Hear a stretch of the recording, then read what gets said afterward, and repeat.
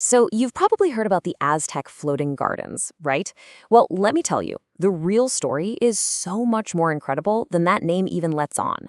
Today, we're going to dig into one of the most ingenious solutions to a massive problem in all of human history. Let's get right into it. Just think about that question for a second. It's a total paradox. The Aztec capital, Tenochtitlan, was this thriving metropolis, honestly, one of the biggest and most complex cities anywhere in the world at the time. But here's the catch. It was built, literally, in the middle of a lake. So how on earth do you feed hundreds of thousands of people when you have almost no solid ground to farm on? And the answer is, well, it's just astounding.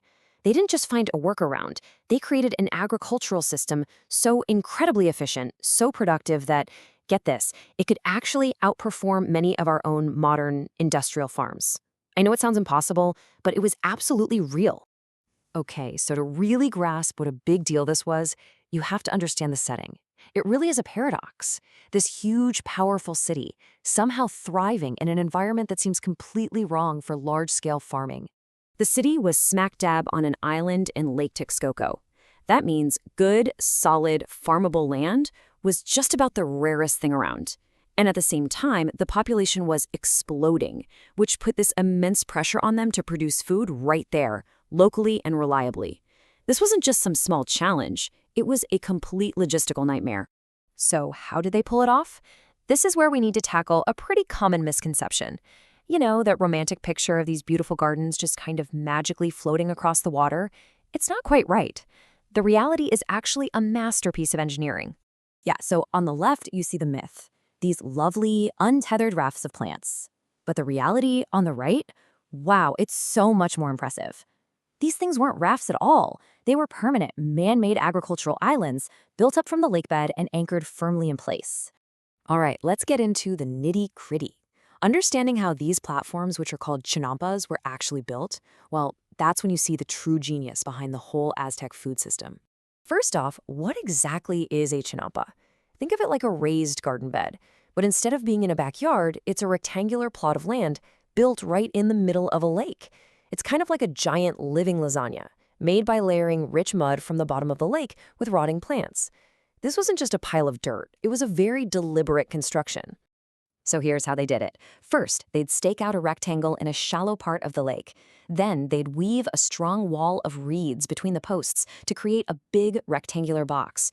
Inside that box, they'd start layering, scooping up rich mud from the canals and alternating it with aquatic plants, building it up into this super fertile, raised island. And then, here's the brilliant part. They'd plant willow trees at the corners. Those tree roots would grow down deep and lock the whole Chinampa firmly to the lake floor. And this combination of features was the secret sauce. The canals all around each Chinampa meant the plant roots could always get to water, so they were basically self-irrigating. Every time they dredged the canals to build up the fields, they were also re-fertilizing the soil with nutrient-packed mud. And those willow trees, they provided rock-solid stability. It was a perfect, self-sustaining little ecosystem.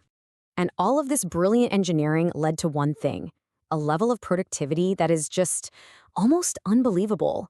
This wasn't just about surviving, it was about creating an abundance of food that could fuel an entire empire. Just look at this number, 7. Because they had a constant supply of water and that super rich soil, a single Chinampa plot could pump out up to 7 different harvests in 1 year.